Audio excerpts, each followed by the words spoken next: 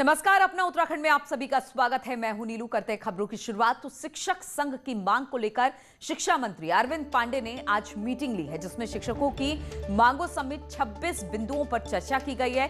शिक्षा मंत्री ने स्कूलों में टीचरों के खाली पदों के लिए सीधी भर्ती के आदेश दिए हैं। साथ ही कहा कि सीधी भर्ती की प्रक्रिया जल्द से जल्द शुरू की जाए।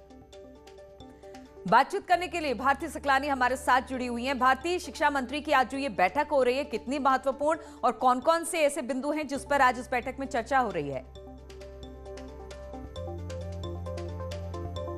इसको लेकर जारी किया जाए, ये शिक्षा मंत्री की तरफ से कह दिया गया है। विभाग जिनको डीएलएड करवाता था नीलू, उनकी भी नियुक्ति होगी, लेकिन सबसे इम्पोर्टेंट फैसला जो लिया गया है वो ये है कि क्लास 9th और 11th के बच्चों के लिए भी स्कूल खुलने जा रहे हैं, जिसके लिए जल्द कह दिया गया है कि प्रस्ताव एक तैयार करे शासन और 2-4 दिन के अंदर ही क्लास 9th और 11th के बच्चों के लिए स्कूल खोल दिए जाएं। इस तरह का प्रस्ताव तैयार किया जाए। फिर क्लास 6 तक के बच्चों के लिए भी ये कहा गया है कि 1 फरवरी से क्लास 6 तक के बच्चे जो हैं वो भी स्कूल आ सके, इस तरीके से उनको बुलाया जाएगा। इसकी पूरी तैयारी कर ली गई है। यानी कि ये कहा जा सकता है कि अब जल्द से जल्द स्कूल जो है वो खुलने वाले हैं फुल टाइम। अभी तक 10th और 12th तक के बच्चों को ही स्कूल में बुलाया जा रहा था, लेकिन अब सभी बच्चों को बुलाने की तैयारी। बिल्कुल। और भारतीय, एक सवाल और, चूंकि आज बैठक में ये चर्चा हो रही है कि स्कूल किस तरह से फुल टाइम के लिए खोला जाए, क्या इसके लिए पूरी तरह से आज इस बैठक में खाका तैयार कर लिया जाएगा कि अगर 1 फरवरी से स्कूल खुलते हैं तो किस तरह से उसे चलाए जाएंगे, और गाइडलाइंस भी एक स्कूलों को जारी कर दी जाएगी इस मीटिंग के बाद? दिए गए हैं, सभी अधिकारी वहाँ पर मौजूद थे। कैसे बच्चों को बुलाया जाएगा, ऑनलाइन क्लास, ऑफलाइन क्लास, क्योंकि अभी तक बच्चों की ऑनलाइन क्लासेस हो रही थी, उसकी वजह से बच्चों की पढ़ाई का हर्जाना हो रहा है। लेकिन अब ये कहा जा रहा है कि जब नया सेशन हो तो बच्चों को बुलाया जाए, स्कूल में पढ़ाई करवाई जाए ऑफलाइन बेसिस पे। कैसे उनको बुलाया जाएगा, क्या 2 शिफ्ट में स्कूल चलाए जा सकते हैं, ये पूरा खाका तैयार करने के लिए शिक्षा मंत्री ने अधिकारियों को निर्देश दे दिए हैं और कहा है कि इसी हफ्ते के अंदर डिपार्टमेंट जो है वो अपनी तैयारी कर ले, क्योंकि 1 फरवरी से क्लास 6 तक के बच्चों को भी स्कूल बुलाने की तैयारी। चलिए भारती, बहुत बहुत शुक्रिया आपका जानकारी देने के लिए। तो शिक्षा मंत्री अरविंद पांडे की ये बैठक है और इस बैठक में कई महत्वपूर्ण फैसले लिए जा रहे हैं, खासतौर पर बच्चों के स्कूल पूरी तरह से खोलने के ऊपर। और यौन शोषण और ब्लैकमेलिंग मामले में बीजेपी विधायक महेश नेगी को आज डीएनए सैंपल देने के लिए देहरादून कोर्ट पहुंचना था, लेकिन विधायक आज भी कोर्ट नहीं पहुंचे हैं। उनके वकील ने आज फिर कोर्ट से मोहलत मांगी, जिस पर आज फिर सुनवाई होनी है। तो आज कोर्ट पहुंचना था, दून कोर्ट, लेकिन आज भी विधायक महेश नेगी नहीं पहुंचे। कुछ देर बाद याचिका पर सुनवाई इसको लेकर होनी है। बातचीत करने के लिए सत्येंद्र बर्थवाल इस वक्त हमारे साथ जुड़ गए। सत्येंद्र, आज डीएनए सैंपल देना था महेश नेगी को, लेकिन आज भी कोर्ट नहीं पहुंचे हैं। इससे पहले भी हमने देखा था कि कोर्ट की हेयरिंग थी, नहीं पहुंचे थे, बार बार मामले को टाल रहे हैं। तो आज अब इसके बाद जब नहीं पहुंचेंगे तो सुनवाई कितनी देर में शुरू होने वाली है इनकी? बिल्कुल नीलू, क्योंकि आज महेश नेगी जो विधायक हैं उनको कोर्ट में पहुंचना था, उनका डीएनए का सैंपल लिया जाना था, लेकिन विधायक तो नहीं पहुंचे। लेकिन उनके जो वकील हैं राजेंद्र भट्ट, उनके द्वारा एक एफिडेविट कोर्ट में दिया गया है, जिसमें ये साफ तौर पर ये लिखा गया कि हाई कोर्ट की शीतकालीन छुट्टियां चल रही हैं, उनको मौका चाहिए और उन्होंने कुछ और समय मांगा है। ये लेकिन अभी इसमें पूरी चेहरे हो चुकी है और 2 बजे के बाद इसमें पूरी सुनवाई होगी कि आखिर विधायक महेश नेगी को कोर्ट आगे समय देता है या क्या कुछ देखने को मिलता है। जी बिल्कुल सत्येंद्र, और सबसे बड़ी बात यह है कि बार बार कोर्ट की तरफ से बोला जा रहा है कि आप अपना डीएनए सैंपल दीजिए, लेकिन ये नहीं पहुंच रहे हैं। तो आज कोर्ट जब सुनवाई करेगा याचिका पर तो कुछ सख्ती भी दिखा सकता है। बिल्कुल नीरू, क्योंकि ये तीसरा मौका होगा जब महेश नेगी को कोर्ट में पहुंचना था डीएनए टेस्ट को लेकर। 18 तारीख जो पहले दिसंबर को निकली थी, 18 तारीख को महेश नेगी को कोर्ट पहुंचना था, लेकिन महेश नेगी नहीं पहुंचे, जिसके बाद उन्होंने फिर समय लिया। फिर 15 तारीख फिर इसमें डिक्लेयर हुई। फिर लगातार ये तीसरी डेट है, जो कि तीसरी डेट ये 18 तारीख की डेट है, जो कि महेश नेगी को पहुंचना था लेकिन नहीं पहुंचे। लेकिन अब इसमें कोर्ट सख्त रुख अपनाता है या क्या कुछ इसमें देखने वाली बड़ी बात होगी। चलिए सत्येंद्र, आपसे इस पर अपडेट लेंगे। फिलहाल बहुत बहुत शुक्रिया हमारे साथ जुड़ने के लिए। और टेहरी के पोल्ट्री फार्म में संदिग्ध परिस्थितियों में 150 मुर्गियों के मरने का मामला सामने आया है। वहीं 100 मुर्गियों के अभी भी घायल अवस्था में होने की बात कही जा रही है। पोल्ट्री फार्म के मालिक ने बर्ड फ्लू की आशंका जताई है। मामला घनसाली के धोपड़धार का बताया जा रहा है, जहां पर 150 मुर्गियों की पोल्ट्री फार्म में मौत हो गई। कुछ मुर्गियां इस वक्त घायल हैं। बातचीत करने के लिए सौरभ सिंह टेहरी से हमारे साथ जुड़ गए हैं। सौरभ, एक साथ इतनी मुर्गियों का मरना, क्या इनकी सैंपल को भेजा गया है जांच के लिए? क्या कोविड माफ कीजिएगा बर्ड फ्लू की पुष्टि हुई है क्या इसको लेकर? नीलू, मैं आपको बता दूं, टेहरी जिले के घनसाली के धोपड़धार में पोल्ट्री फार्म है, जहां जो श्रीचरण है पोल्ट्री फार्म मालिक जो है वो आज सुबह पहुंचते हैं तो देखते हैं कि एक साथ जो 150 करीब मुर्गियां, 150 मुर्गियां अचानक मर जाती है, अज्ञात कारणों के चलते मर जाती है। जिसके बाद उन्होंने स्थानीय प्रशासन को इसकी सूचना दी। स्थानीय प्रशासन द्वारा स्वास्थ्य विभाग की, वन विभाग की और पशु चिकित्सा अधिकारी की टीम वहां पहुंचती है और जो इनके मुर्गियां मरी हुई है इनके सैंपल लिए जा रहे हैं। और जो बताया जा रहा है कि करीब 100 मुर्गियां जो और है वो भी घायल अवस्था में है और इनके सैंपल लेके बर्ड फ्लू की आशंका पोल्ट्री फार्म के मालिक ने जताई थी, तो इनके सैंपल लेके भेजे जा चुके हैं। अभी सैंपल रिपोर्ट नहीं आई है और कहीं ना कहीं एक तरह से जो पोल्ट्री फार्म मालिक है जो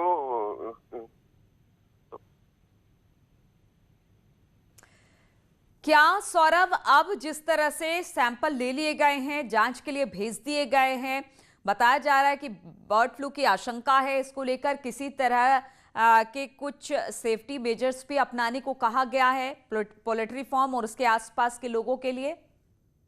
फिलहाल प्रशासन ने इसमें एहतियात के तौर पे जो पोल्ट्री फार्म मालिक है उनसे कहा है कि वो इसमें पूरी सावधानी बरते और बर्ड फ्लू की अभी तक पुष्टि नहीं हो पाई है। अभी तक जो सैंपल लिए गए हैं, भेजे जा चुके हैं, लेकिन अभी तक उसकी पुष्टि नहीं हो पाई है। जिसके चलते जो मुर्गियां हैं उनको भी जिसमें कहा जा रहा है कि 100 मुर्गियां जो घायल अवस्था है जिसको धीरे धीरे मर रही हैं, उनको भी वहीं पर दफनाया जा रहा है। और पोल्ट्री फार्म मालिक से भी कह दिया गया कि पूरी सावधानी बरते जब तक की बर्ड फ्लू की जो रिपोर्ट भेजी गई है, उस सैंपल रिपोर्ट जब तक नहीं आ जाती। ठीक है सौरभ, बहुत बहुत शुक्रिया आपका। तो एक पोल्ट्री फार्म में करीब 150 मुर्गियां मारी गई हैं, कुछ इस वक्त घायल हैं। एहतियात के तौर पर प्रशासन ने कहा है कि थोड़ा एहतियात बरता जाए और साथ ही जो सैंपल है उसे टेस्ट के लिए भेज दिया गया है।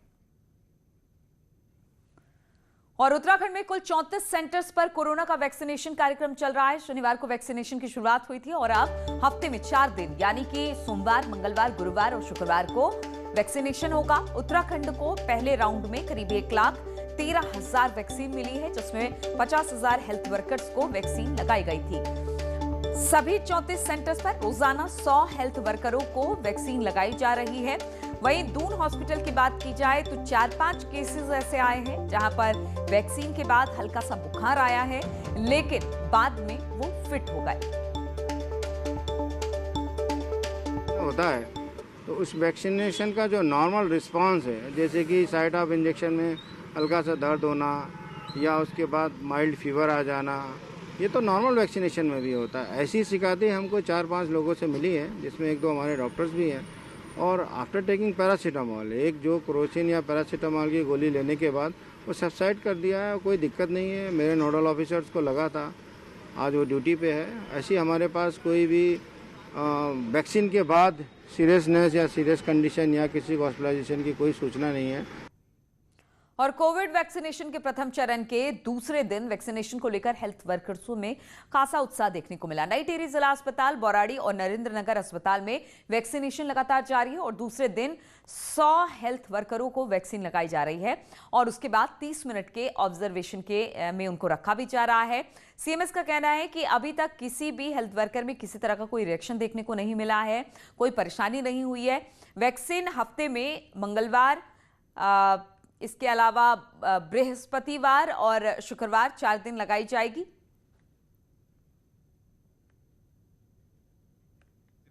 जो वायल है उस पर भारत लिखा देख के ही बहुत प्राउड फील हो रहा है और सबको लगवाना चाहिए, इसका कोई साइड इफेक्ट नहीं है। में बद्रीनाथ राष्ट्रीय राजमार्ग पर एनएच की बड़ी लापरवाही सामने आई है। यहां पर ऋषिकेश बद्रीनाथ हाईवे यानी कि एनएच के चौड़ीकरण का सैकड़ों टन मलबा सीधे अलकनंदा में गिराया जा रहा है। ये तस्वीरें बद्रीनाथ राष्ट्रीय राजमार्ग में रुद्रप्रयाग से करीब सुमेरपुर के बीच का बताया जा रहा है, जहां पर साफ दिखाई दे रहा है कि सड़क से जेसीबी मशीन के द्वारा मलबा अलकनंदा नदी में डाला जा रहा है, जिससे पूरी नदी में धुएं का गुब्बार सा बन गया है। तस्वीरें आप देख सकते हैं किस तरह से एनएच बढ़ने चौड़ीकरण का काम चल रहा है और इसी एनएच का जो मलबा है वो अलकनंदा नदी में गिराया जा रहा है। मैंने स्वयं इस चीज़ को देखा है, तो इसकी सूचना जो है, इसकी शिकायत जो है उनके एनएच के NHI DCL के उच्च अधिकारियों तक की गई है और मैं उम्मीद करता हूं कि बहुत जल्दी इस पे अंकुश लगेगा। और चमोली में ऑल वेदर रोड की कटिंग का काम कर रही कंपनियों की मनमानी देखने को मिल रही है, जहां पर कर्णप्रयाग से पीपल कोटी हेलंग तक बद्रीनाथ मार्ग पर सड़क निर्माण का काम चल रहा है। वहीं कंपनियों द्वारा मलबा नदी किनारे डालने का काम भी किया जा रहा है। विभाग ने मलबा डालने को लेकर जुर्माना भी लगाया, लेकिन 1 साल से भी अधिक समय बीत जाने के बाद भी कंपनियों ने जुर्माने की राशि जमा नहीं की है और अब इससे परेशान होकर कोर्ट जाने की बात विभाग कर रहा है, तो वहीं कंपनियां अपना काम बेखौफ तरीके से कर रही है।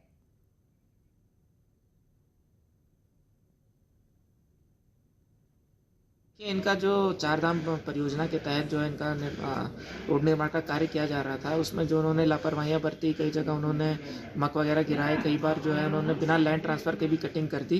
तो इस पर वन विभाग द्वारा, बद्रीनाथ वन प्रभाग द्वारा लगभग 60 लाख की जो है इन पे फाइन डाला गया था। बातचीत करने के लिए प्रभात पुरोहित चमोली से हमारे साथ जुड़ गए हैं। प्रभात, लगातार सड़क बनाने का काम चल रहा है और जो भी मलबा है उसे नदी में डाला जाता है। जब फाइन किया जाता है तो किसी तरह की कोई बात ये कंपनियां नहीं मानती है। ऐसे में आप प्रशासन किस तरफ जाने की बात कर रहा है, किस तरह से वसूली की बात कर रहा है इनसे? निश्चित ही नीलू, जिस तरीके से हमने अपनी खबरों के माध्यम से भी पहले इस बात को उठाया है कि आखिर किस तरीके से चारधाम परियोजना में लगी कंपनियों के द्वारा जो है नियमों के विपरीत जो है जो डंपिंग जो है वहां मलबा डालने के बजाय नदियों किनारे में डाला जा रहा है या वन संपदा को नुकसान पहुंचाया जा रहा है। और इसको लेकर वन विभाग के द्वारा बाकायदा जो है निर्माणदायी जो यहाँ पर कंपनियां हैं उन पर पेनल्टी भी लगाई गई, लेकिन 1 साल बीत जाने के बाद भी आज तक जो है ये कंपनियों के द्वारा न तो जुर्माना भरा गया और न ही इस मामले में वन विभाग के द्वारा और कोई सख्ती बरती गई। हालांकि जब हमने इस मामले को फिर से उठाया तो वन विभाग आपको इस मामले में कोर्ट जाने की बात कर रहा है कि लगातार 1 साल तक कंपनियों के द्वारा जब जुर्माना नहीं भरा गया है तो अब कोर्ट में जो है इस मामले को डाला जाए ताकि जो है कोर्ट में जो है सरकारी जो राजस्व है उसको जमा कराने के लिए कंपनियों को बाध्य किया जाए। यानी प्रभात कहा जा सकता है कि जो ये कंपनियां हैं अपनी मनमानी कर रही है, पर्यावरण को तो नुकसान पहुंचा ही रही है, साथ ही साथ प्रशासन अगर कुछ कह रहा है तो उसकी भी हिला हवाली करती दिखाई दे रही है। यानी हौसले बहुत बुलंद है इन कंपनियों के। निश्चित जिस तरीके से जो है चारधाम परियोजना ऑल वेदर सड़क जो है केंद्र सरकार और राज्य सरकार की ये ड्रीम प्रोजेक्ट है और इसके जरिए जो है हर व्यक्ति को जो है सुगमता पहुंचाने की कोशिश जो है केंद्र सरकार राज्य सरकार के द्वारा की जा रही है, लेकिन इस नाम पर जो है काम कर रही कंपनियों के द्वारा जो है अपनी मनमानियां की जा रही है और उसी का खामियाजा है कि जो वन विभाग इनके सामने जो है बेबस बना हुआ है और जो वन विभाग के द्वारा 60 लाख की जो इन पर पेनल्टी लगाई गई थी, अब तक 1 साल बीत जाने के बाद भी इनके द्वारा ये जमा नहीं कराएगा। ये बताने के लिए काफी कि आखिर ये किस तरीके से नियमों को धक्का बताने। बिल्कुल, तो सरकार कोशिश कर रही है कि जो सड़कें बनाई जा रही है लोगों की सुविधा के लिए, लेकिन लोगों की सुविधा तो मिल जाएगी, लेकिन पर्यावरण को कितना नुकसान पहुंच रहा है और नेटवर्क की टीम लगातार ये बताने की कोशिश कर रहा है। बहुत बहुत शुक्रिया आपका प्रभात। और टेहरी झील प्रभावित ग्रामीणों ने विस्थापन की मांग को लेकर एक बार फिर से आमरण अनशन की चेतावनी दी है। ग्रामीणों का कहना है कि टिहरी झील प्रभावित 17 गांव के 486 परिवारों के विस्थापन के संबंध में यदि कोई निर्णय नहीं लिया जाएगा तो ग्रामीण पुनर्वास कार्यालय में आमरण अनशन करेंगे। ग्रामीणों ने कहा कि टिहरी झील के पानी के उतार चढ़ाव के कारण झील से सटे गांव में भूस्खलन और भूधसाव हो रहा है और ग्रामीण लंबे समय से विस्थापन की मांग कर रहे हैं। प्रभावितों का 486 परिवारों की विस्थापन की प्रक्रिया प्रारंभ नहीं होती तो यहाँ हम जो है यहाँ पे पुनर्वास कार्यालय में आमरण अनशन धरना प्रदर्शन करेंगे और उग्र आंदोलन करेंगे। और विधानसभा चुनाव के लिए अब 1 साल का समय बचा हुआ है। ऐसे में बीजेपी ने अपनी गतिविधियां तेज कर दी हैं। शनिवार को हुई पार्टी के कोर ग्रुप की मीटिंग में मार्च तक के कार्यक्रमों का एक खाका खींच दिया गया है।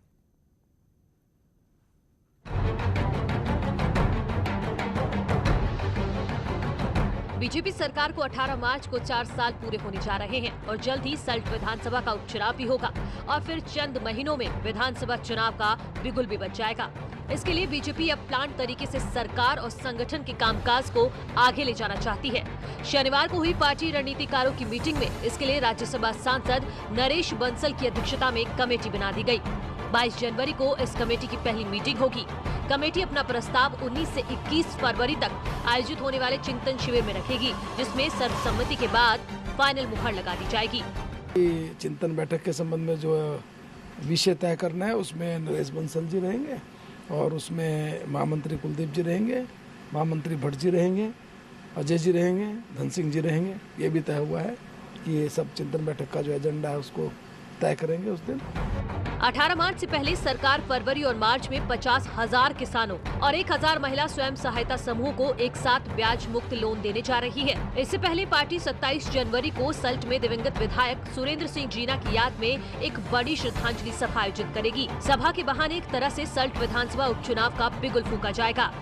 सारी चर्चाएं हुई कि भाई हमको आगे क्या क्या करना है और पूरा भारतीय जनता पार्टी का फोकस बूथ से लेके, यूथ से लेके, अपने सैनिकों से लेके, अपने महिलाओं से लेके किसानों तक, ये जितने कंपोनेंट इन सारे जो है मोर्चों को भी सक्रिय कैसे किया जाए इस पे ध्यान। बीजेपी ने अभी से ही 2022 की तैयारी शुरू कर दी है और मार्च तक के रोड मैप पर काम शुरू हो गया है, जिसमें मंत्रियों से लेकर विधायकों तक को जिम्मेदारी दी गई है और समीक्षा के लिए कोर ग्रुप की मीटिंग भी अब हर महीने होगी। देहरादून से सुलीन और प्रभात की रिपोर्ट। और कड़कड़ाती ठंड में भी चीन से सटे लिपुलेख और मिलम बॉर्डर पर भारतीय जवान मजबूती के साथ डटे हुए हैं।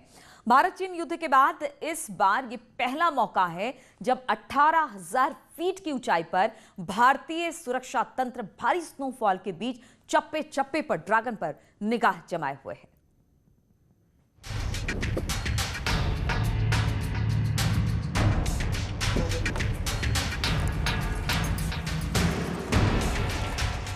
लिपुलेख और मिलम बॉर्डर पर सर्दियों का सीजन तो दूर, गर्मियों में भी टिके रहना संभव सा है।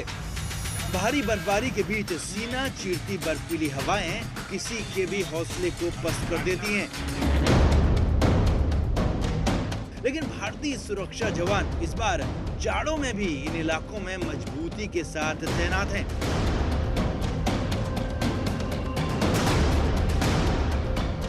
लद्दाख की घटना के बाद सेना, आईटीबीपी और एसएसबी के जवानों ने चीन और नेपाल से लगे बॉर्डर पर हर जगह अपनी मौजूदगी दर्ज कराई है। बीते सालों में सर्दियों के सीजन में ये इलाके पूरी तरह से खाली रहते थे, लेकिन इस बार सुरक्षा बलों की मौजूदगी से ये इलाके आबाद हैं। जहाँ पर तापमान जो है 30 से 40 डिग्री माइनस में पहुंच जाता है, या रेगिस्तान की गर्मी जहाँ पर 50 से करीब 50 के आसपास डिग्री टेम्परेचर होता है गर्मियों के दिनों में, ऐसी जगह में जाने के लिए वो मानसिक तैयार होता है। दूसरी बात यह है कि उसको समय समय पर ट्रेनिंग दी जाती है। जिन इलाकों में सरहद की सुरक्षा के लिए जवान हाड़ कपाती ठंड में तैनात हैं, वहां के ग्रामीण सर्दियों में निचले इलाकों में माइग्रेट हो जाते हैं। गुंजी, काला पानी, नाबीडांग, लिपुलेख और मिलम का ये बॉर्डर 10 से 18,000 फीट की ऊंचाई पर मौजूद है। इन इलाकों में इस बार नवंबर से ही भारी बर्फबारी जारी है। आलम यह है कि कई इलाकों में तो 15 फीट से ज्यादा बर्फबारी हो चुकी है। बावजूद इसके रणबांकुरों की रगों में आग धधक रही है। उच्च हिमालयी जो क्षेत्र है वहाँ पर लोग माइग्रेशन करते हैं। गर्मी के समय में अपने जानवरों को लेकर वो उच्च हिमालयी क्षेत्रों में जाते हैं, वहाँ पर अपनी आजीविका चलाते, खेती बाड़ी भी करते हैं, अपने जानवरों को भी वहाँ पर पालते हैं। लेकिन जैसे ही ये जाड़े का सीजन आता है तो अपने मूल स्थान पर लोग जो है माइग्रेशन करते नीचे घरों की ओर आते हैं, तो क्योंकि वहाँ पर टेम्परेचर 0 से नीचे होता है। देश की सुरक्षा के लिए जवानों को कुछ इस तरह तैयार किया गया है कि उनके हौसले न तो रेगिस्तान की गर्मी पस्त कर पाती है और न ही बर्फ का तूफान। इन्हीं जवानों की हिम्मत से हम और हमारी सरहदें भी सुरक्षित हैं। न्यूज़ 18 के लिए पिथौरागढ़ से विजयवर्धन उप्रेती की रिपोर्ट। और उत्तराखंड में कॉलेज यूनिवर्सिटी को फुल टाइम खोलने में अभी सरकार को फैसला लेना है, लेकिन उससे पहले ही प्राइवेट यूनिवर्सिटीज ने अपने कॉलेज और यूनिवर्सिटी खोलनी शुरू कर दिया है। हालांकि पेरेंट्स को भेजे जा रहे मैसेज पर कुछ लोगों को आपत्ति भी है।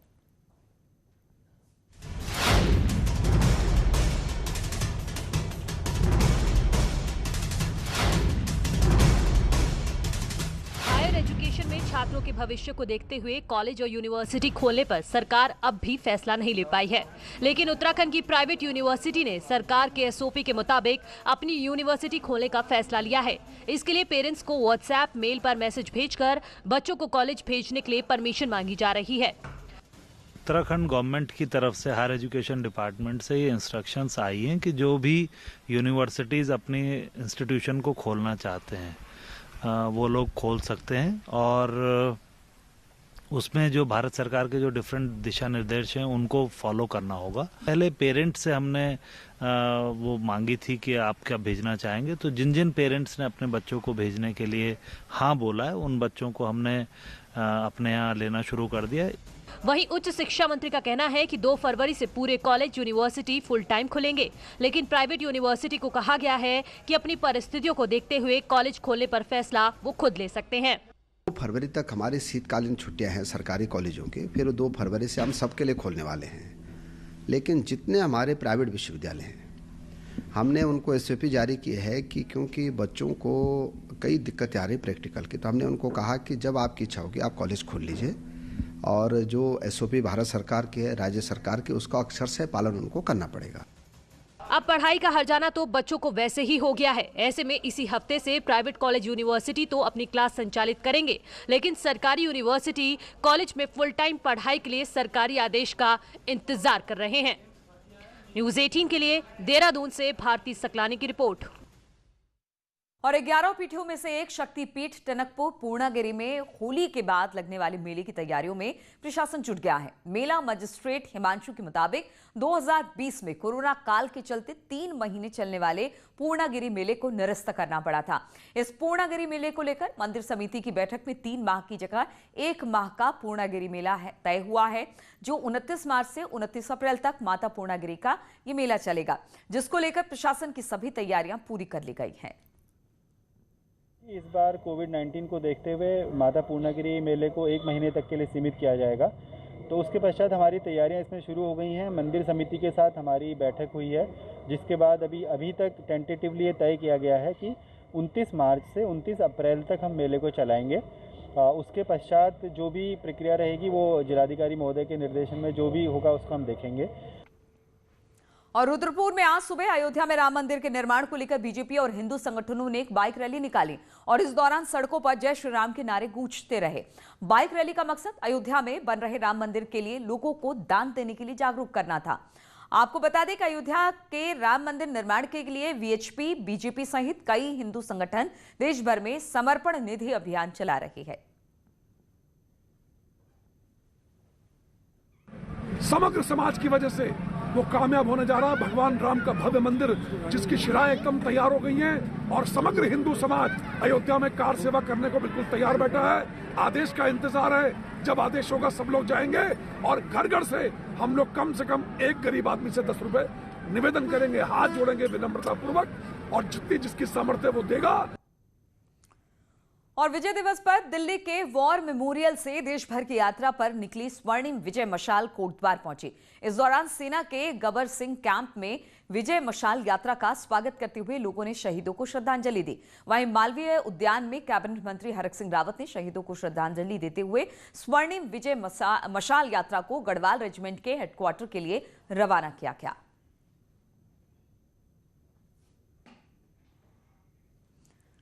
तो विजय मशाल यात्रा का स्वागत किया गया। विजय दिवस पर यात्रा निकाली गई थी दिल्ली से और कोटद्वार पहुंची। 1971 के शहीदों की याद में इस यात्रा का आयोजन किया गया था।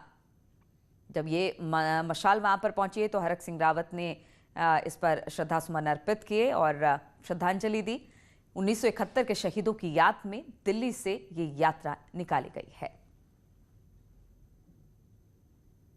पूरे देश में यह मशाल इस बात की प्रतीक है कि भारत हमेशा गौरवशाली था, गौरवशाली है और गौरवशाली रहेगा। और हमने जब भी हमारे दुश्मन ने हम पे टेढ़ी आंख उठाकर या तिरछी आंख उठाकर देखा है, तब हमारी फौज ने मुंह तोड़ जवाब हमारे दुश्मन को दिया है। तो इन्हीं तमाम खबरों के साथ इस बुलेटिन में फिलहाल इतना ही। रुकेंगे छोटे से ब्रेक के लिए, लेकिन ब्रेक के बाद भी खबरों का सिलसिला लगातार जारी है।